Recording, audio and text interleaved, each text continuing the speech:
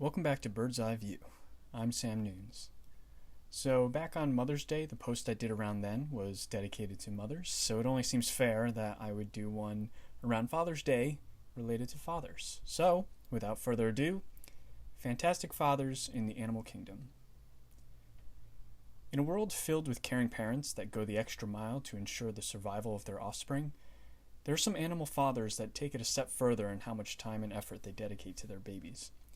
Some forgo food for months, and some actually take care of the incubation process for the females. Some are dedicated lovers, while others have to accept the reality of an unfaithful partner. So who are these fantastic fathers?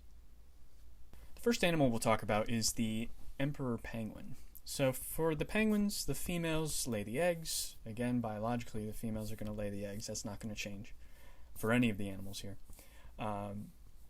So the females lay the eggs, but then they actually give them to the males for incubation. So once they do that, the females go off to the ocean, which is far away from their breeding grounds, so that they can feed, because they just put in a lot of effort into this egg creation. So they give the eggs to the males, and the males actually have to incubate the eggs in Antarctica in the winter. So not only is it cold, it's extra cold because it's the winter. And this is when you see those classic images of all the males huddling together, and they all have eggs underneath them, or most of them do at least. And so the males have to incubate the eggs for about 2 months, and during this time they actually don't eat. Their main primary focus is caring for this egg and making sure that it doesn't freeze. So about after 2 months, the eggs hatch. This is when the females return and the parents switch parental duties. So the female is going to take care of the egg once they hatch, and the male will take this opportunity to finally go and get a bite to eat from the ocean. Emperor penguins are also what's called monogamous, so this means that they're going to only have one breeding partner throughout their whole lives, similar to how humans are. So for our next father, we'll plunge down into the ocean and take a look at seahorses. So seahorses are very cool. They're actually well known for their mating practices just because of how unique they are. The females, again, create the eggs, but then they actually deposit the eggs into the male's pouch. Similar to like a kangaroo pouch, I guess.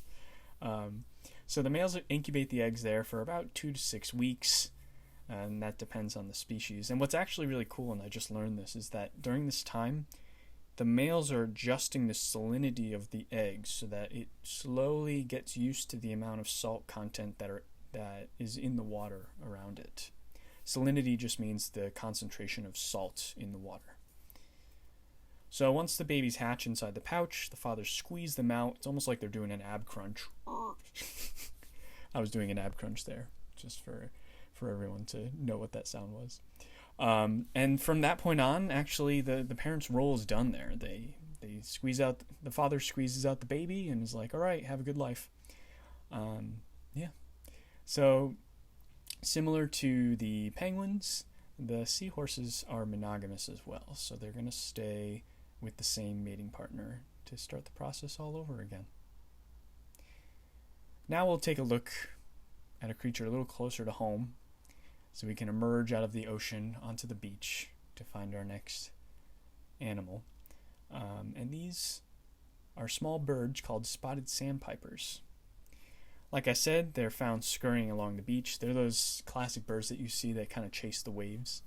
And they're actually really cool, their reproduction process, because it's sort of flipped almost completely from the usual roles of the male and the female.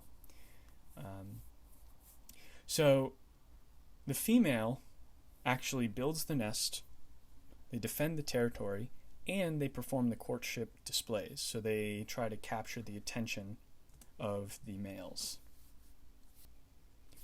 Once they find a male that's interested, the male fertilizes the eggs, the female lays the eggs, and then the male actually has to do the incubation. So the classic sitting on the nest and making sure the eggs are staying at a regulated temperature. for about 20 days. Now, different from the other two species that we took a look at, the spotted sandpiper is actually what's called Polyandrous. So this means that they're not faithful to each other, and it's the females actually that aren't this time instead of the males. So females, once they mate with one male, and that male's like, all right, I'm going to incubate these eggs, the female's like, all right, thank you for your service, and then just goes off and finds another male to mate with. And now, I know this sounds strange to humans who are usually used to a monogamous relationship, but it actually is evolutionarily advantageous for the sandpiper, because the female being able to mate with a bunch of different males helps to ensure that at least one of her offspring will survive. I mean, probably a lot if she's getting to mate with a lot of different males. But especially with these ground nesting birds, they really need to make sure that they're anticipating that not all of their offspring is going to survive. So they really need to make as many eggs as possible. So that's why they do it. But I do understand it seems strange to humans, though. So the animal kingdom is filled with some amazing dads. These three are great examples of the efforts that fathers will go to for the survival of their offspring. Although their practices may seem strange to us, evolution has led them to these rituals to ensure their survival in their own unique way. Do you know any other fantastic fathers? Thank you for listening.